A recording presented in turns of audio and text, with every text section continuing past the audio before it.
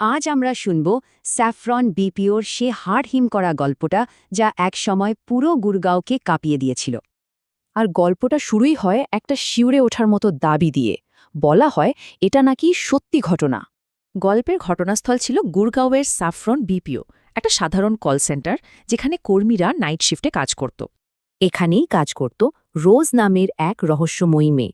সে ছিল অফিসের star performer, কিন্তু একদম চুপচাপ। এক রাতে রোজ একটা অস্বাভাবিক লম্বা কল রিসিভ করে, আর তখন থেকেই রহস্যটা আরও ঘনীভূত হতে শুরু করে। সাধারণ কল যেখানে 10-15 মিনিটই শেষ হয়ে যেত, সেখানে রোজের কল ঘণ্টার পর ঘণ্টা ধরে চলছিল। ব্যাপারটা অদ্ভুত লাগায় টিম লিডার কলটা চেক করেন, কিন্তু ওপাশে শুধু নিস্তব্ধতা, কোনো আওয়াজ নেই। কল ট্যাপ করার সঙ্গে সঙ্গেই রোজ ফোন কেটে দিল আর রাগী চোখে তাকিয়ে সোজা অফিস থেকে বেরিয়ে গেল। তারপর থেকে রোজ নিখোঁজ। 3 দিনেও খোঁজ না মেলায় কোম্পানি তার দেওয়ার ঠিকানায় খোঁজ নিতে যায়। কিন্তু সেখানে গিয়ে যা জানা গেল তা অবিশ্বাস্য। রোজ নাকি 8 বছর আগেই মারা গেছে।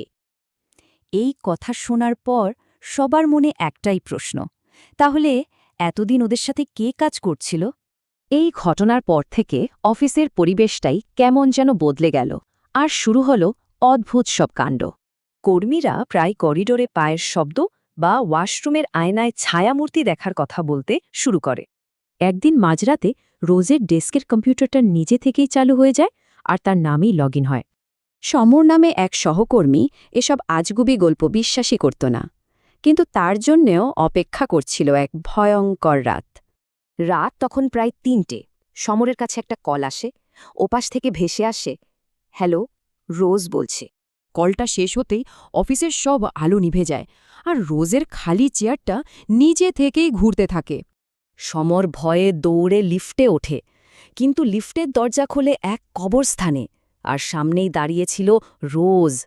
পরের শিফটের লোকেরা এসে দেখে সমর লিফটের কোনায় ভয় কাঁপছে, কথা বলার অবস্থাতেও নেই। এই ঘটনার পর তারা চাকরি ছেড়ে দেয়। পরে জানতে পারে ওই বিপিওটা আসলে একটা পুরনো কবরস্থানের উপর বানানো হয়েছিল। বেশ কয়েক মাস কেটে গেল, সব প্রায় স্বাভাবিক। কিন্তু একদিন মাঝরাতে সমরের ফোনটা আবার বেজে ওঠে। ফোনের ওপাশে সেই পরিচিত কণ্ঠ। হ্যালো, রোজ বলছি। কলটা এসেছিল সেই বন্ধ হয়ে যাওয়া বিপিও থেকেই। তাহলে প্রশ্নটা হলো, বিপিও যদি বন্ধই থাকে তাহলে ফোনটা আসছিল কোথা থেকে? এর উত্তর আজও মেলেনি।